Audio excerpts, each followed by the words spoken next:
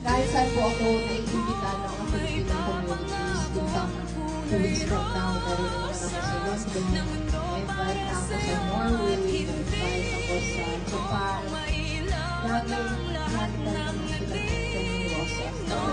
Pero sisigapin ko at hindi ako sa laban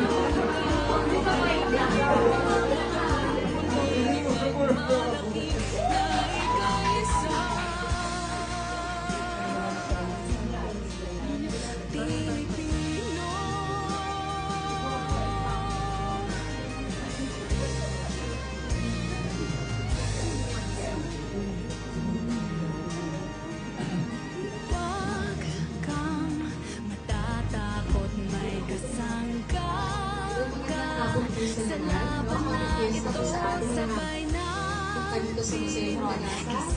So, ngayon po, ilang sandali, papalabas na ito. ko ang aking kaya, alam ko ang hindi, alam ko ang kailangan. As producer, and also as director, you always get served a song. You will be asked, Mons, ready mo ba? Ulitin ko lang po lang. Gusto niyo ba makanta rin? Palakpakan lang na natin yung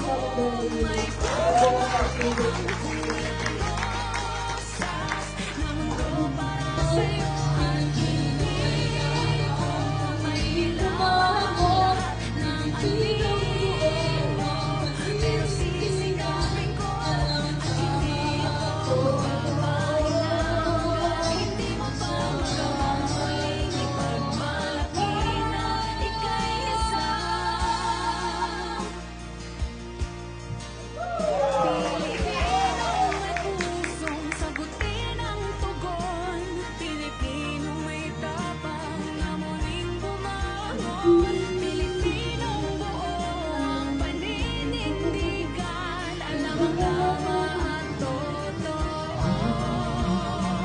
Samahan mo ako.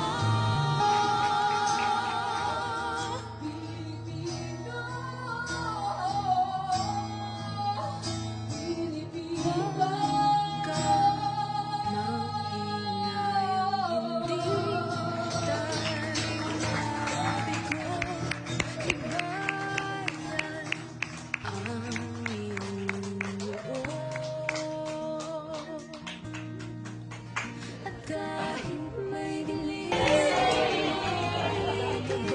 Habang hinihintay po natin yung flip music, sige ka ilang beses na natin ang pasalamatan.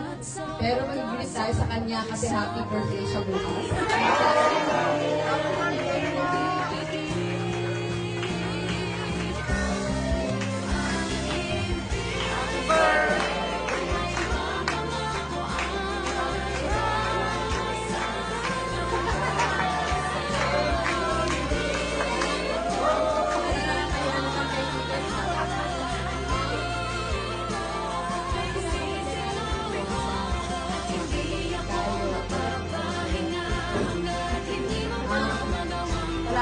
Maraming papasalamatan natin siya. Or I think today, papasalamatan din natin with as much gratitude ang flip music. Kasi ngayon, hindi pa po ako nag-decide ng kandidato. Isang para sila. Nauna sila mag-desisyon kaysa sa akin.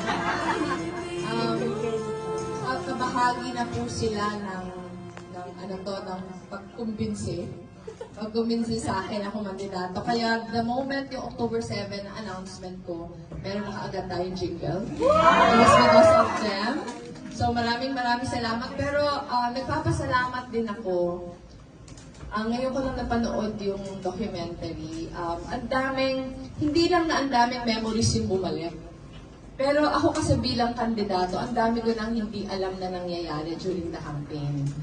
Parang nakakaiyak, pero at the same time, ito yung klase ng iyak na happy. Diba?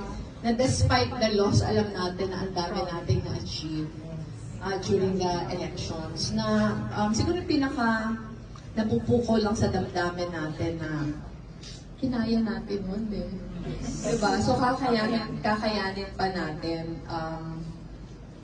kakayanin pa natin sa mga darating na araw. Siguro pinakasukat natin, tama yung sabi ni si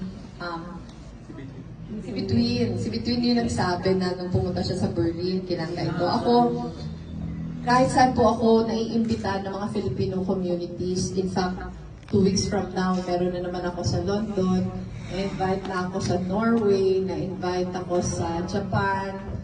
Lagi talaga national anthem yung Rosas. Tapos, habang kinakanta yung Rosas, umiiyak talaga yung mga tao. So, ganun ka-powerful yung kanta.